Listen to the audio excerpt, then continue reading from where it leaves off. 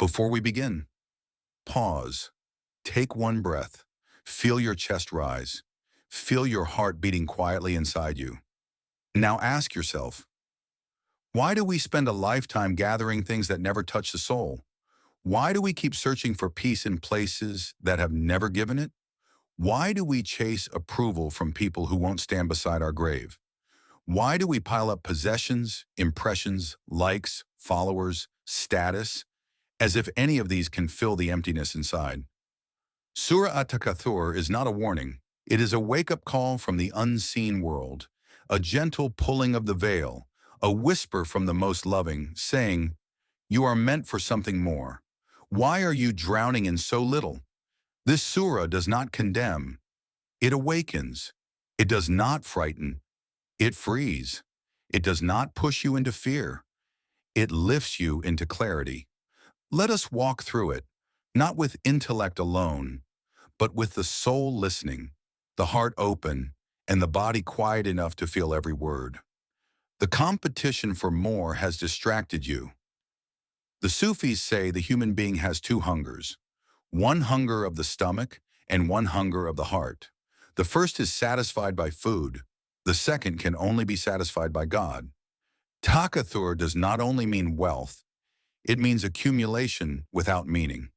Collecting things, titles, positions, arguments, even knowledge, but with no growth of the soul. It is the craving to appear more, to have more, to show more, to be seen as more. It is that silent anxiety that whispers, "You are not enough yet. Do more. Collect more. Prove more." And this verse begins, "It has distracted you." Distracted you from what?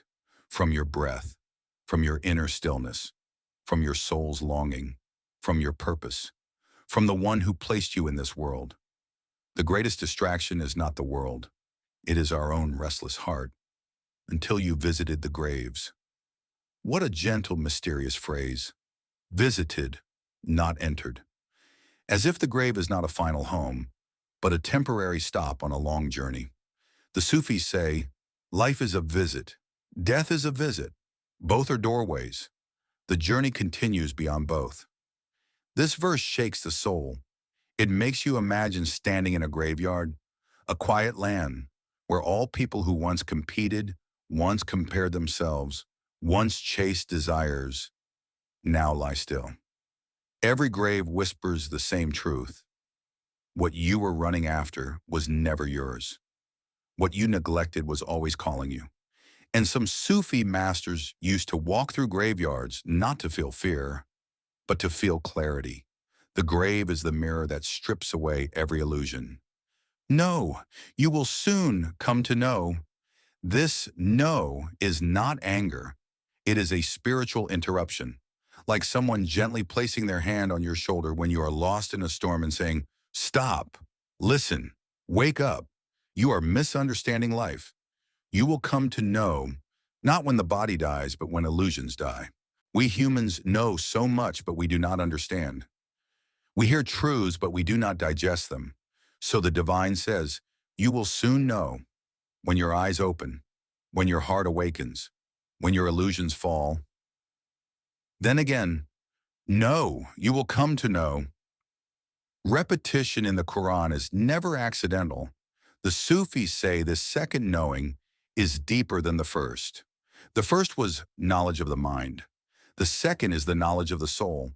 The first is understanding. The second is awakening. The first is hearing truth. The second is seeing truth.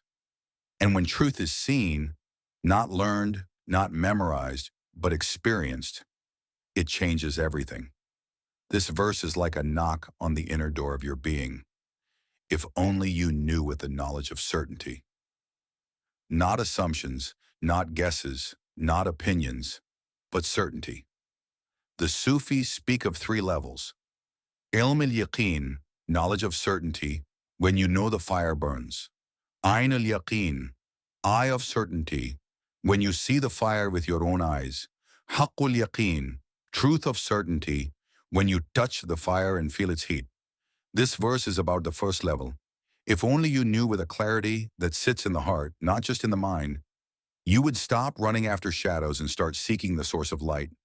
And most people live not in certainty, but in distraction, confusion, and imitation. God is saying, if you only truly felt the reality around you, your priorities would melt and reshape in an instant. You will surely see the blazing fire. The Sufis do not limit this only to the hereafter. There is a fire we see in this world, the fire of envy, the fire of greed, the fire of anxiety, the fire of emptiness, the fire of restlessness, the fire of desires that refuse to end. Every time we chase what does not belong to us, we feel an inner burning. Every time we compare our lives to others, a fire lights in the heart. Every time we know truth but ignore it, the fire grows. This verse is not a threat. It is a diagnosis.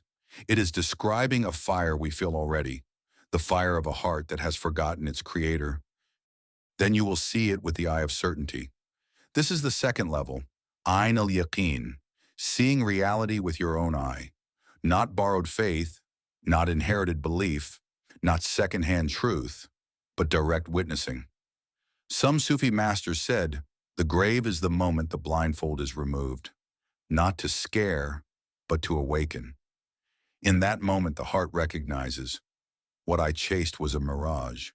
What I ignored was the truth. But if one awakens in this life, they see with the eye of certainty long before their final breath. Then on that day, you will surely be questioned about the blessings.